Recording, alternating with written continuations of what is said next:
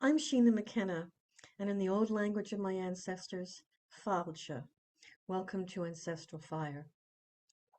You might be wondering why I christened my website Ancestral Fire, so let me tell you the story. Having been raised in a home where the passion for our ancestral heritage was passed down to us in song, music, and stories, it's no surprise why I felt the need to address those who came before me, those who have left such an indelible mark on my psyche and my soul. Thus, I chose the word ancestral. When I added the word fire to the name, I had to ask myself why.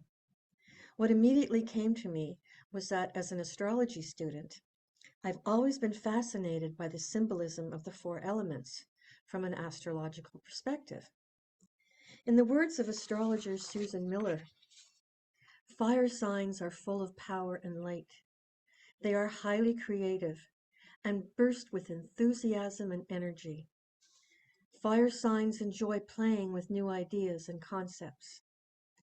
Born leaders, others are drawn to these charismatic natural sparklers. Their high ideals, broad vision, passion, and assertive can-do attitude is inspirational and contagious. Fire signs have plenty of courage and initiative too. And for all these reasons, it has been said that fire signs rule the spirit and primal life force. In poetic terms, I believe my work in the world is to reclaim the fire of my ancestors, the fire that burned brightly for eons, but which began to dim several hundred years ago. It is my work to rekindle the flame of my ancestral lineage and to act as a spark for those who understand the power and beauty of this legacy. In particular, I am drawn to those who have lost connection with their ancestral line or were never given the opportunity.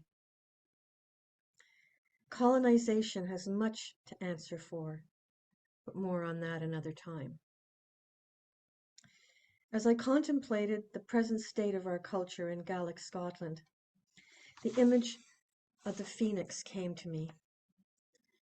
In the Greek myth, the phoenix rises from the ashes of the fire that has destroyed it and is regenerated.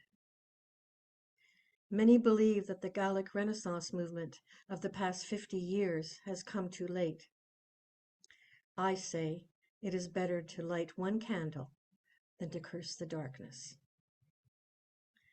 And to conclude, I see the symbol of fire as a beacon, a guiding light which shows us the way. Without the wisdom of our ancestors and elders, too many remain lost in the darkness of the modern world. In the words of David White, entitled The Work of Our Ancestors, we are immensely privileged even to inquire about the meaning of our work. Many of our ancestors pined for good work as they would for a lover and remained unrequited and stricken by want. Many of our ancestors died while working in dangerous or desperate conditions. Some left good work and found none to replace it. A very few, left little, crossed oceans, and found abundance beyond hope. Others worked hard or traveled to new shores and dutifully sacrificed for their sons and daughters, while their hearts and minds were elsewhere, their own dreams unfulfilled. Their innermost selves left high and dry, disappointed by time's fleeting tide. Whatever our inheritance of work in this life, we are only the apex of innumerable lives of endeavor and sacrifice.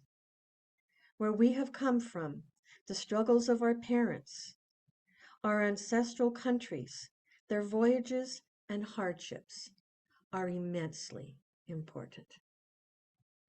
Thank you for dropping by. Bianachlet.